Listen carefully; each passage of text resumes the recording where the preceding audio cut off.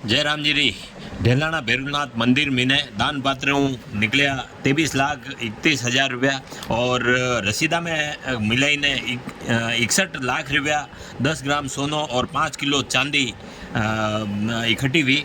और मैं आपने बताऊं कि 22 तारीख ने तहसीलदार देवाराम भील और विकास अधिकारी लक्ष्मण मीनारा सानिध्य में ने ट्रस्ट श्री महासचिव भैरवलाल कुमावत सानिध्य में दान पात्र खोलिया गया।